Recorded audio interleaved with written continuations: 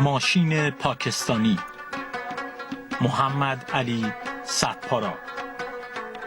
محمد علی صدپارا در سال 1976 در صدپارای پاکستان در نزدیکی اسکاردو متولد شد.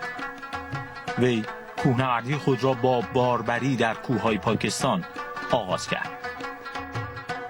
او مشهورترین کوهنورد پاکستانی و از برترین کوهنوردان دنیا به شمار می آید. در سال 2016 به همراه سیمون مورو و الکس تکسیکون موفق به نخستین صعود زمستانی نانگا پاربات شد. نخستین صعودی که سالیان سال بزرگان کوهنوردی در تلاش برای انجام آن بودند.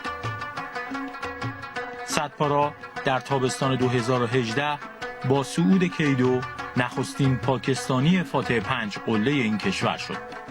او در حال حاضر تنها پاکستانی فاتح 8 قله 8000 متری دنیاست.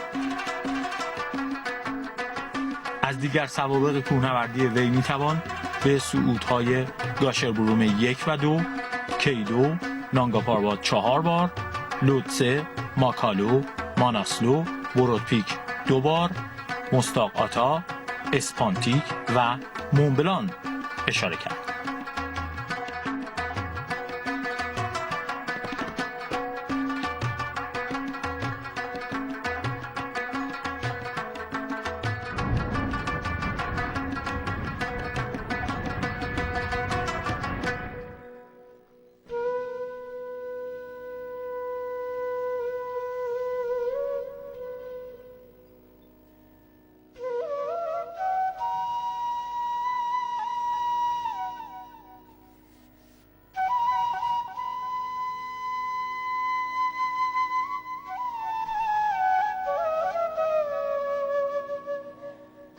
برترین کوهنوردان دنیا علی صدپارا را به عنوان ماشین پاکستانی و یک کوهنورد بی‌ادعای قدرتمند با اخلاق میشناسند.